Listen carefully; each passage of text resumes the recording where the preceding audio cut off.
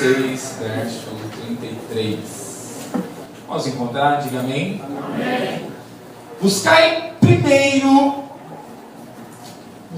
em primeiro lugar o seu reino e a sua justiça, e todas essas coisas vos serão acrescentadas. Vamos ler no 3 juntos? Vamos lá? 1, 2, 3. Mas buscai primeiro o reino de Deus e a sua justiça, e todas essas coisas vos serão acrescentadas. Põe a mão no seu coração, feche os seus olhos.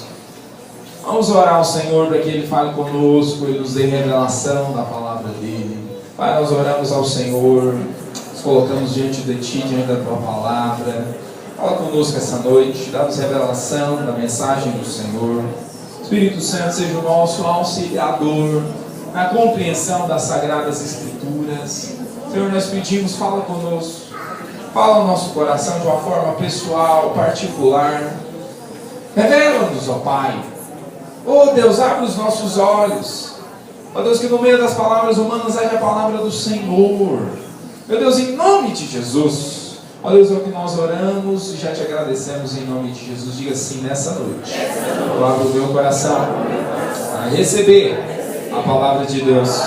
Porque eu creio, ela é viva, ela é eficaz, ela funciona, ela tem poder para transformar a minha vida. Diga, eu me abro para recebê-la como luz para o meu caminho, como alimento para a minha fé.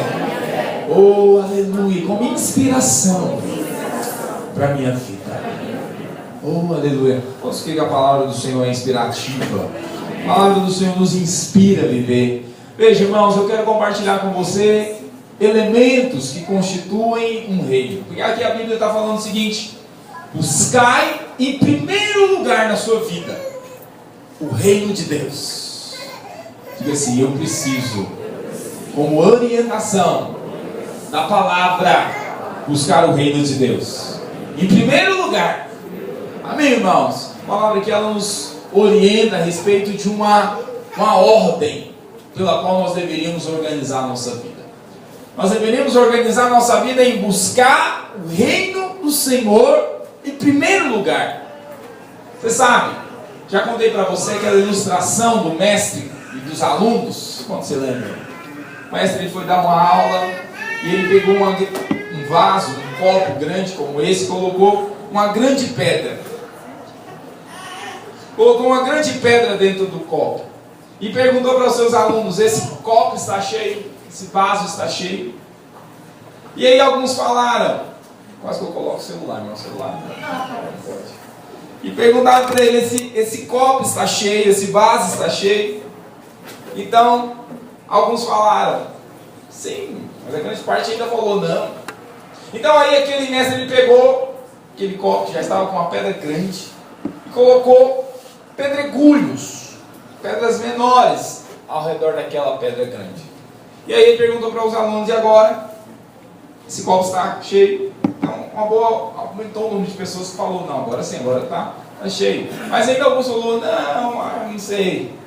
Então aí ele pegou, colocou areia naquele copo que já tinha uma pedra grande, já tinha as pedras pequenas, e colocou também areia. E aí ele pegou, virou para os seus alunos e falou: e agora? Esse copo está cheio? Então aí grande parte falou não, agora está cheio. E aí então aquele mestre, ele pegou e colocou água naquele copo que já tinha uma pedra grande, já tinha os pedregulhos, já tinha areia. E aí ele pegou e falou assim: agora está cheio. E aí ele perguntou para os seus alunos: qual é então a lição que nós tiramos aqui dessa ilustração? Então aí alguns falaram: eu acho que a lição que nós tiramos é que sempre nós encontramos espaço para aquilo que nós julgamos é importante. E aí aquele mestre falou: bem, é verdade. Quando você julga que algo é importante, você sempre vai achar espaço e tempo para fazer aquilo que você julga importante. É verdade. Mas sabe qual que é a grande lição realmente dessa ilustração? É que se a pedra maior não for colocada primeiro, depois ela não cabe. Se a pedra maior não é colocada primeiro dentro do copo, Se são colocados os pedregulhos, a areia, a água, depois ela não vai caber. Você sabia? Assim também é a minha vida e a sua vida. O Senhor fala, buscar primeiro o reino e a sua justiça. E aí as demais coisas vão ser acrescentadas. Agora, se você deixa de, às vezes, de buscar o reino, busca as outras coisas, às vezes não há espaço na sua agenda, no seu tempo, para o reino de Deus. Nós estamos entendendo também? Olha, pastor, exatamente o que é esse reino? O que é o reino? O que é o reino? Buscar primeiro o reino. O que é o reino? Bom, então, é fácil, nós vamos meditar a respeito. O que existe num reino? O que existe exatamente num reino, irmãos? Porque aí fica mais fácil. Não, então, eu tenho que buscar isso aí, porque isso aí são os elementos de um reino. O reino tem isso aí. Veja, então, qual que é a primeira coisa que se tem num reino, irmãos? O rei. A primeira coisa que se tem num reino é o rei. Fala para o seu vizinho assim. A primeira coisa que você tem que buscar no reino é o rei. É o rei. Nós precisamos buscar o rei desse reino. O rei, você sabe, ele é o soberano. A palavra do Senhor diz lá em Mateus capítulo 28, verso 29, que o Senhor ele agora tem toda a autoridade, ele é o rei. Ele é o rei da terra, ele é o rei do céu. Mateus 28, 19, toda a autoridade me foi dada no céu e na terra. Ele é o rei soberano, é o rei que vive pelos séculos dos séculos. Então, veja, como a Bíblia nos diz então, buscar primeiro o reino, a primeira coisa que você tem que buscar na sua vida é o rei. É o rei Jesus. Ele é aquele a quem você precisa buscar. Mateus 28, 19. Ele é o primeiro que você tem que buscar. Ele é o rei desse reino. Então buscar em primeiro lugar o reino é buscar a presença do Senhor. É ter Jesus dentro de você. 18. É ter Jesus dentro de você. É ter o rei morando dentro de você. É buscá-lo para ser também o governante da sua vida e da sua história. Amém, irmãos? Amém. Não, querido, é Mateus 28, verso 18. Então, vou falar. 18 e 19. Veja, buscar o reino para isso. A primeira coisa que nós fazemos para iniciar a nossa caminhada no reino de Deus é justamente convidar o rei para morar dentro de você. Para convidar o rei para estar dentro de você. Coloca para mim, por favor, o projeto, Mateus. Está escrito assim: chegando Jesus falou-lhes dizendo: é-me dado todo o poder no céu e na terra. Veja, irmãos, o que é o rei? O rei, ele é o soberano. Diga assim, o rei é o soberano. Veja, o Senhor aqui, após a vitória na cruz, ele de fato estabeleceu o rei. O reino dele começou a ser estabelecido a partir de agora. Toda a autoridade foi dada para ele. E a partir do momento que nós recebemos ele na nossa vida, então nós estamos estabelecendo o reino dele. O reino dele vai avançando. O reino dele vai crescendo. Vai chegar um momento que ele vai vir para reinar nesse reino que está cada vez maior. Mas o reino dele começou aí. No momento que ele adquiriu toda a autoridade, se tornou soberano no céu e na terra. Amém, irmãos? Amém. Então buscar o reino é buscar o rei. Fala para você assim, buscar o reino. Buscar o reino. É buscar o reino. Fala para um outro irmão, buscar o reino, irmão. É buscar o reino. Oh, aleluia! Buscar o reino de Deus é buscar o rei Jesus. O rei desse reino. Amém ou não amém? O que mais que tem um reino? Diga assim, todo reino tem um povo. Sim ou não, irmãos? Todo reino tem um povo. O reino de Deus também é conhecido por um povo específico. Se você for no reino da Inglaterra, qual tipo de povo que tem lá? O povo inglês. Se você for no reino da Escócia, você sabe, ainda existem países que são reinados. Se você for no reino da Escócia, o que você vai encontrar lá? Escoceses. Agora, se você for no reino de Deus, o que você vai encontrar lá? Crentes. Vai encontrar nós. Amém, irmãos? Todo reino ele tem um povo. Você sabe, a diferença a respeito do reino de Deus é que não dá para você se naturalizar. Não dá para você também ter dupla nacionalidade. Porque tem gente que tem dupla nacionalidade, você não. Ele é brasileiro, mas ele se naturaliza inglês. Ou ele é goiano, Se naturaliza escocês, já imaginou uma coisa dessa? Ele é goiano e é escocês. Não, no reino de Deus não dá. No reino de Deus você tem que ser nascido de lá. Se você não é nascido de lá, você não tem como você participar desse reino. Veja, então, qual que é a nossa função? Quando a Bíblia diz buscar primeiro o reino, o que nós temos que fazer? Qual que é a nossa função a respeito disso? Nós precisamos ampliar a gente desse reino. Nós precisamos ampliar o povo que faz parte desse reino. Essa é a vontade de Deus. Veja como é que isso acontece. Veja, João 3, verso 5, olha lá. O povo desse reino não tem como ser naturalizado, não tem como ser do mundo e se naturalizar. A sua origem é mundana, mas aí você quer se naturalizar e não tem jeito. Você tem que ser alguém que nasceu desse reino. Olha lá, Jesus respondeu: na verdade te digo, que aquele que não nascer da água e do Espírito não pode entrar onde, irmão? Não pode entrar no reino. Para entrar lá só pode ser quem é nascido de lá. Não são nascidos de lá. Veja, irmão, você tem um nascimento que é um nascimento espiritual. Você nasceu no reino. Veja, qual que é a nossa função? Agora esse reino, é interessante você entender que esse reino ele não é fechado. Esse reino, ele na verdade ele é aberto, ele pode ser ampliado. E o nosso desejo é ganhar mais vidas que venham nascer nesse reino. Essa é a vontade de Deus. Abra lá em 1 Timóteo capítulo 2 para você ver. Qual que é a vontade de Deus a respeito desse povo desse reino? Veja, a vontade de Deus está aqui, expressa em 1 Timóteo capítulo 2, verso 4. O que você encontra? Diga amém. Olha só o que está escrito lá. Todo reino ele tem um rei e tem um povo. Buscar o reino de Deus então é buscar primeiro o rei desse reino, mas é também buscar com que o povo desse reino aumente. Fala para o seu vizinho assim: você precisa fazer com que o povo do reino aumente. Fala para um outro irmão, diga assim: a vontade de Deus é que o povo do reino aumente. Essa é a vontade dele. Olha lá, 1 Timóteo capítulo 2, verso 4. Quantos encontraram? Vamos ler o verso 3. Isso é bom e aceitável diante de Deus, nosso Salvador, verso 4. O qual deseja que todos os homens, o que acontece com eles? Sejam salvos e cheguem ao pleno conhecimento da verdade.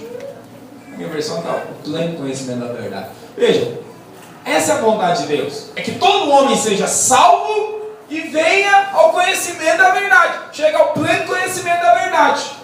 Amém, irmãos? Nós aqui somos, daqui a pouco eu vou falar do outro elemento do reino.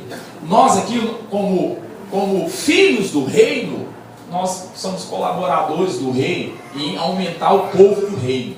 Fala para 2 ou 3, nós vamos aumentar o povo do reino. Nós vamos aumentar. Buscar então, em primeiro lugar, o reino é buscar aumentar o povo do reino. Porque a vontade do nosso reino, nós sabemos qual que é a vontade do nosso reino.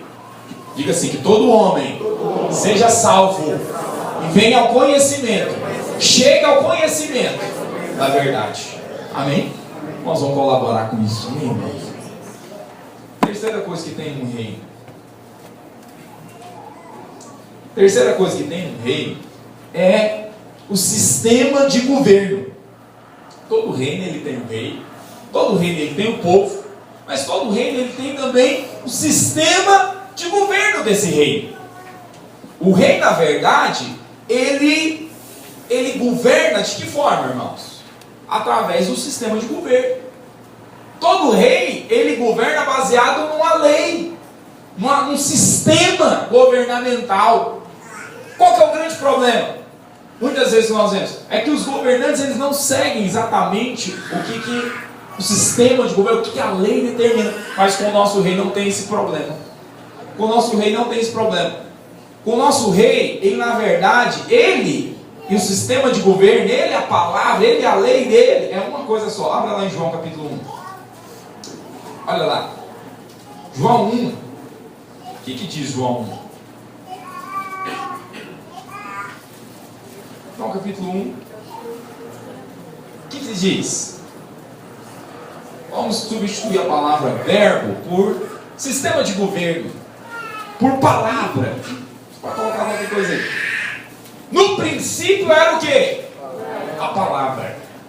Era o verbo. O verbo estava com Deus. Mas o verbo também era Deus. Veja, no princípio, Jesus, ele estava no reino espiritual apenas na forma de palavra. Ele era a palavra de Deus. Ele era a própria palavra de Deus. E aí ele se fez carne. Portanto, ele e a palavra estão em completa harmonia. Veja, irmãos, qual que é o sistema desse reino? Qual que é o sistema de governo desse reino? Pega a sua Bíblia aqui, pega a sua Bíblia. Diga assim, esse é o sistema de governo do reino. Esse é por essa escritura aqui que você vai viver 1000 anos na eternidade. Amém, irmãos? Na verdade, nós já vivemos o reino hoje, sim ou não? Amém. Nós estamos antecipando o reino. E vivemos por esse sistema, pelo sistema da palavra. Amém, irmãos? As escrituras é o sistema do nosso reino. Amém? Nós sabemos como ele quer governar pela palavra escrita deixada. Amém, irmãos? Agora é interessante, olha o que diz a palavra de Hebreus 1. Olha tanto que é tão interessante, tão forte esse texto de Hebreus capítulo 1, verso 3. Muito poderoso esse texto, abra lá. Você percebe que o rei, Jesus, ele governa pelo sistema de governo dele, pela palavra dele. A palavra dele é justamente a forma como ele governa. Quando se encontrar, diga amém. Está escrito assim: o qual, sendo o resplendor da sua glória e a expressa imagem da sua pessoa, e sustentando todas as coisas pela palavra. Diga assim, sustentando todas as coisas. Sustentando todas as coisas. Fica mais forte, diga sustentando todas as coisas. Sustentando todas as coisas. Pela palavra do seu poder, havendo feito por si mesmo a purificação dos nossos pecados, assentou-se à destra da majestade nas alturas. Veja, irmãos, quem é que se assenta no trono? A majestade. O que o Senhor está falando? O Senhor que se assentou à destra de Deus, na majestade, nas alturas, ele é o rei. Percebe que esse texto aqui fala de rei, porque ele se assentou no trono majestoso. A Bíblia diz como é que ele sustenta todas as coisas. Pega a sua mão assim, pela palavra do seu poder. Fica assim, pela palavra do seu poder, o rei sustenta todas as coisas. Amém, irmão? A palavra, que é o sistema, na verdade você percebe que é assim, a palavra é como um sistema de governo. É um sistema de governo que sustenta um país, uma nação, e também sustenta o reino de Deus. A palavra de Deus é que sustenta todas as coisas. Quer dizer, a palavra de Deus. É pela palavra de Deus que o Senhor sustenta todas as coisas. Veja, então no reino você sabe. Buscar, então, preste atenção, olha aqui. Buscar, então, em primeiro lugar, o reino de Deus é buscar o que, irmãos? Que isso é buscar o reino. É buscar pessoas para o reino. Não, vamos lá, vamos todos juntos. Fica assim, buscar em primeiro lugar o reino de Deus. É buscar o reino. Buscar pessoas para o reino. Buscar a palavra do reino. Amém, irmãos? Mas em quarto lugar, outro elemento aqui, outro elemento do reino.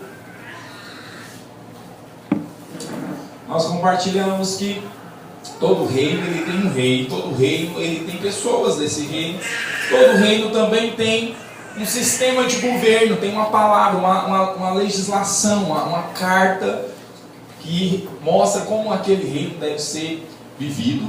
E também um reino ele tem uma quarta coisa, muito específica. Todo reino ele tem súditos, sim ou não? Todo reino ele tem súditos, todo reino ele tem servos. Na verdade, nos tempos antigos, os servos daquele reino, eles vinham para morar ali na corte do rei, né? Então, algo muito específico de todo o reino é que ele tem servos. Tem servos, ele tem súditos.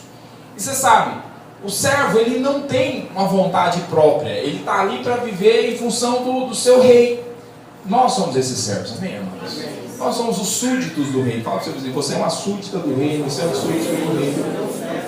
Amém? Fala para ele assim, você foi chamado para morar na corte do rei. Aí, veja, irmãos, a igreja é como se fosse a corte do rei. Nós somos chamados para morar nessa corte, para servir a esse rei. Amém ou não amém? E aí, sabe o que é interessante?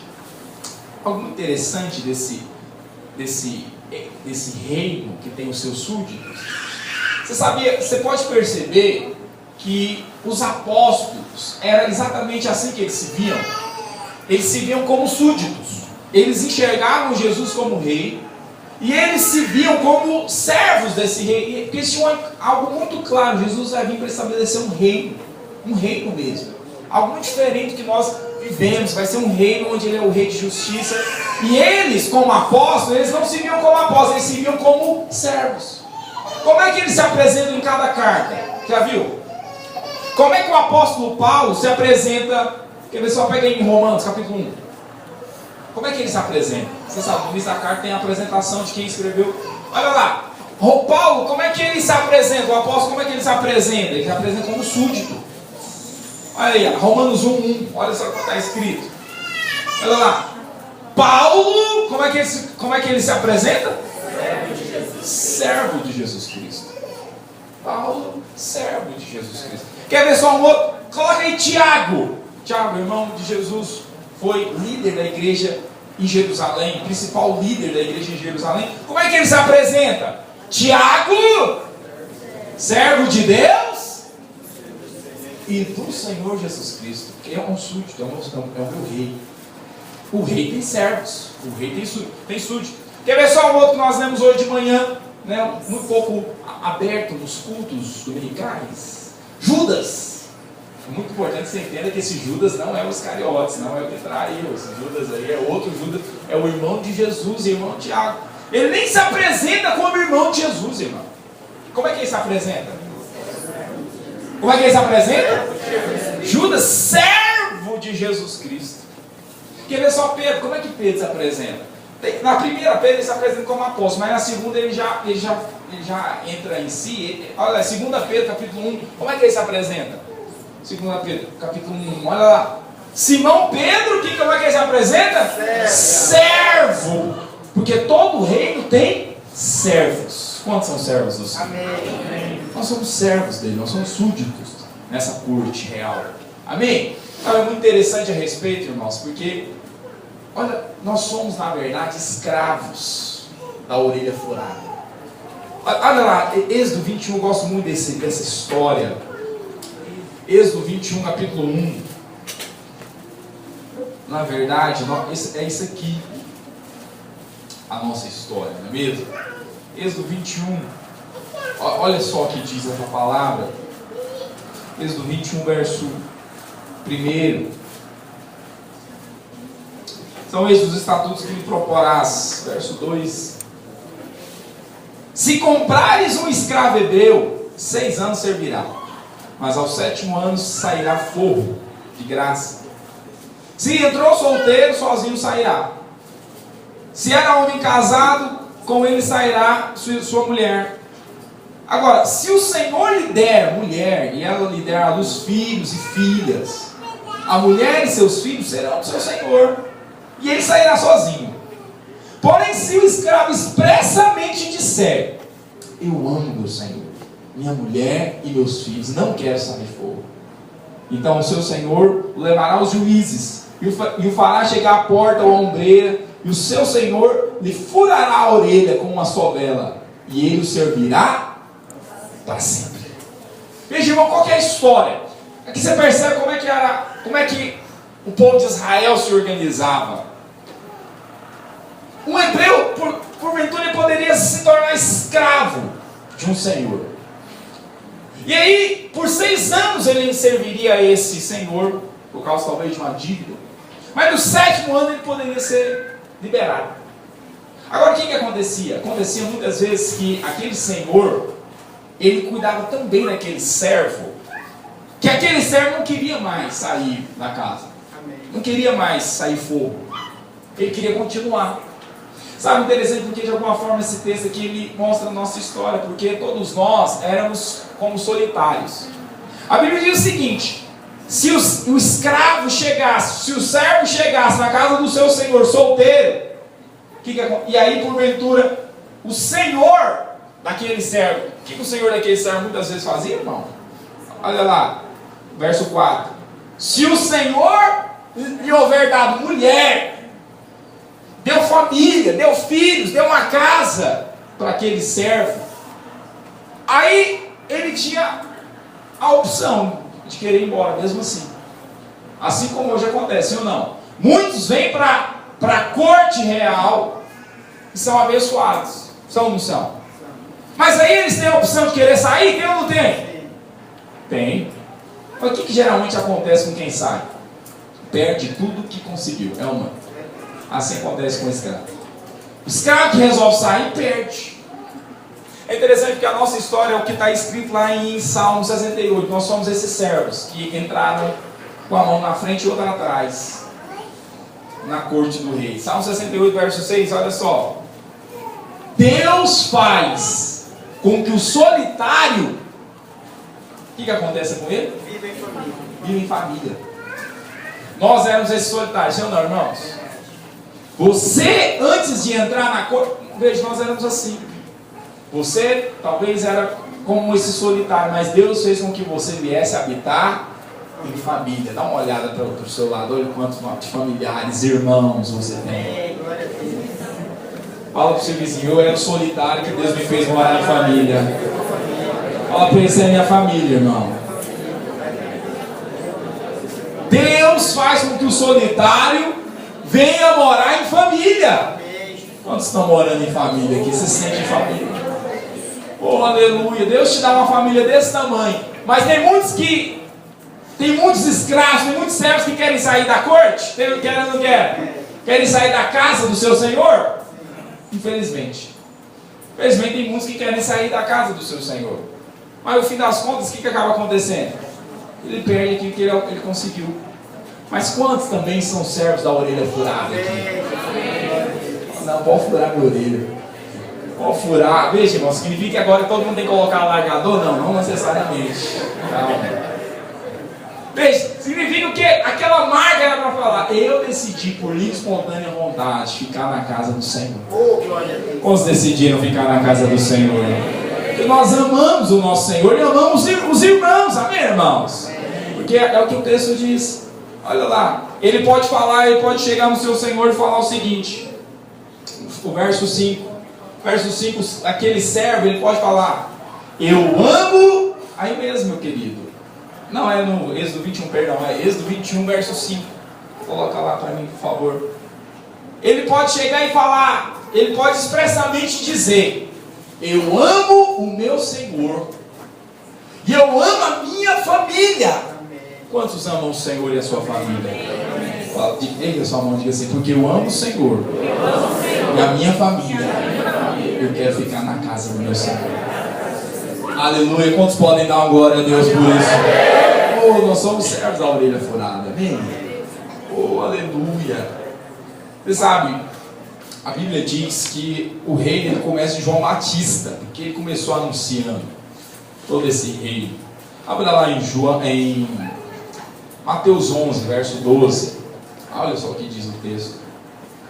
Esse reino, ele começa de João Batista. João Batista, ele preparou. O reino é Jesus, é o reino. Mas você sabe, olha o que Jesus mesmo falou a respeito do reino. Olha só o que diz. Vamos encontrar, diga amém. Mateus 11, 12 diz assim: desde os dias de João Batista até agora, o reino dos céus é tomado por esforço, e os que se esforçam se apoderam dele. Diga assim: o reino de Deus, o reino dos céus é tomado por esforço, os que se esforçam se apoderam dele. Veja, irmão, então, o início aqui é João Batista. E aí então vai lá para Mateus 3. Olha só como é que o reino ele foi iniciado, preparado, começado. João Batista começou a falar do reino. Ele que veio para fazer essa preparação para o reino. Olha só o impacto de João Batista para cá. Nós temos que ter esse mesmo impacto, irmãos. Olha o que acontecia ali. Naqueles dias apareceu João Batista, pregando no deserto da Judéia, e dizia: arrependei-vos, porque está próximo o reino dos céus.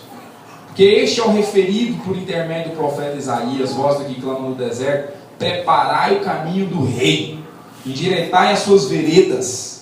Usava João vestes de pelo de camelo, um cinto de couro. A sua alimentação era de gafanhotos e mel. Fica assim, a sua alimentação de gafanhotos e mel. Então saíram até com ele Jerusalém, toda a Judéia e toda a circunvizinhança do Jordão. Diga assim: Jerusalém, toda a Judéia, toda a circunvizinhança do Jordão, e eram por ele batizados no Rio Jordão, confessando seus pecados. Era um verdadeiro mover, gente vinha de toda parte ali para ter com João Batista.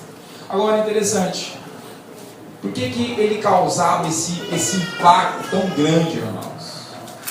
Em primeiro lugar, a mensagem dele era uma mensagem que tinha uma linguagem específica. João Batista, ele tinha uma palavra forte, as pessoas vinham para ouvir. Sabe uma coisa? Nós vamos conseguir ter esse mesmo efeito se nós começarmos a ter um falar diferente. Um falar, você sabe, o quinto elemento de todo reino é a língua.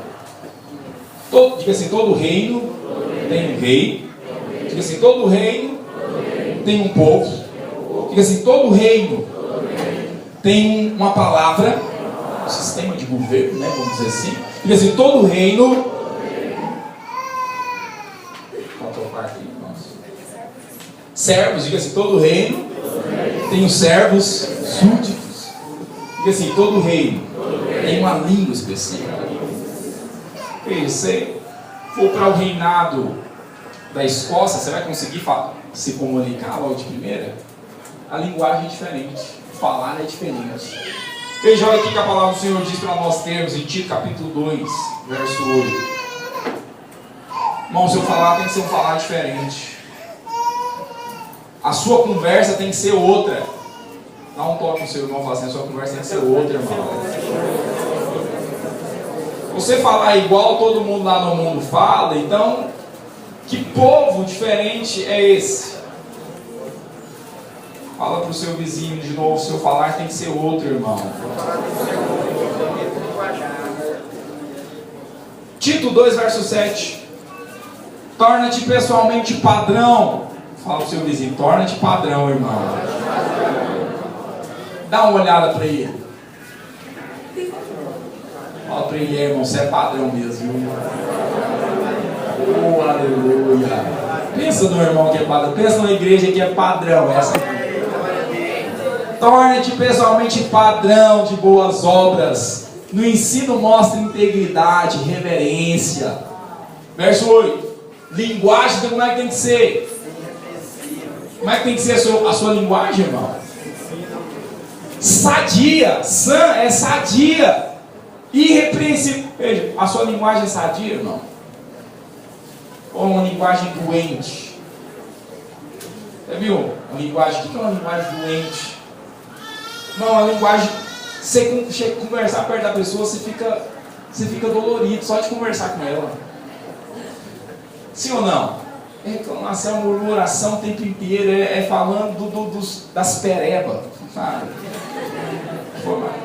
Fala para você dizer: linguagem sadia, mano. Para com esse falar doente, misericórdia. Falando das dores, falando das... Não, para com isso. Linguagem sadia e irrepreensível. Fala para o seu vizinho: sadia e irrepreensível. Não deixa te repreender por causa da sua conversa. Amém? Tenha um falar irrepreensível. Um falar diferente. Um falar positivo. Um falar das coisas do alto. Nós somos de um outro reino, irmão. Nós não conversamos igual esse povo lá fora, não. O povo lá fora fala de Cristo, o povo lá fora fala mal de político, o povo lá fora fala que nós temos que ter uma conversa totalmente oposta. Amém? Totalmente diferente, porque nós somos de outro reino. Fala para 2 ou 3, nós somos de outro reino, irmão. Nosso reino é outro, nossos servos são outros, nosso povo é outro. Amém? Outro reino, outra linguagem. Até a nossa comida é diferente. É ou não é? Porque a Bíblia diz que desde os dias de João Batista para cá, que o reino de Deus é tomado por esforço. Então, estabeleceu ali. Irmãos, interessante, qual que era a dieta de João Batista? A nossa comida tem que ser outra. A nossa comida tem que ser parecida com a de João Batista, sim ou não?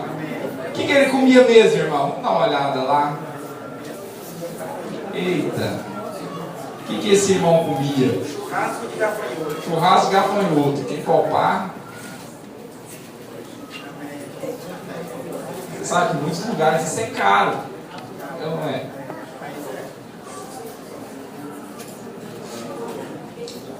Mateus 3, verso 4, usava João vestes de pelo de cabelo, cinto de couro.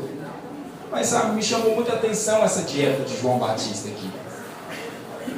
Ele comia gafanhotos e mel silvestre. Sabe, isso fala da nossa alimentação espiritual. É claro que a Bíblia não fala de coisas, né, aqui de estômago. Aqui está falando, aqui, isso aqui é algo para ser muito importante, significativo para nós, na nossa dieta espiritual. Você sabe qual que é, para que o gafanhoto aponta? João Batista, ele se alimentava disso, de gafanhotos. Qual que é a grande característica do gafanhoto, além dele pular, né? Sabe qual que é a grande característica? Ele é um inseto, ele é um ser que sofreu muitas metamorfoses, sabia disso? O gafanhoto, ele nasceu assim, o gafanhoto pulando. Ele sofreu metamorfoses ao longo da vida dele. E aí eu creio que isso aponta para a palavra. Porque sabe, a palavra metamorfose é transformação. E João, ele se alimentava de algo que teve transformação. Você sabe, a palavra de Deus, ela também, ela é a única capaz de nos trazer transformação. Ela é a única capaz de produzir uma metamorfose no coração do homem. Fala para você dizer, a palavra de Deus é a única que pode produzir em você uma metamorfose. É a única. Você sabe, e aqui nós vemos também algo muito significativo. Porque ele se alimentava do gafanhoto, que é um ser que sofreu muitas metamorfoses. E ele também se alimentava do mel. O mel também aponta para a palavra de Deus, mas em que aspecto? É porque aqui a Bíblia diz que ele se alimentava de um mel, mas não era de mel de fazendeiro, sim ou não? Quem cuida de abelha é o que mesmo? Apicultor, né? Muito obrigado. Não era mel de apicultor. Era mel o que, irmãos? Silvestre. Agora você acha que ali no deserto da Judéia tinha mel para qualquer esquina? Você acha que qualquer esquina de deserto achava mel? Estou com vontade de comer um melzinho. Deixa ele no deserto da Judéia. Veja, irmão, onde é que ele achava esse mel? Nas rochas. Nas fendas das rochas. Sabe, a abelha tem que procurar um lugar específico. Sabe? E ali, naquela procura, ele encontrava o mel silvestre, ou seja, o mel selvagem. Sabe uma coisa? A palavra de Deus é assim também. Você precisa procurar para encontrar. É quando você procura. Você é alguém que procura a palavra. Você estava hoje de manhã aqui procurando a palavra. Estou aqui procurando a palavra. Eu quero o mel. O mel dessa palavra.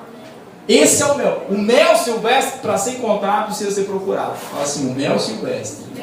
O mel da palavra, para ser encontrado, precisa ser procurado. Quantos querem viver nesse reino?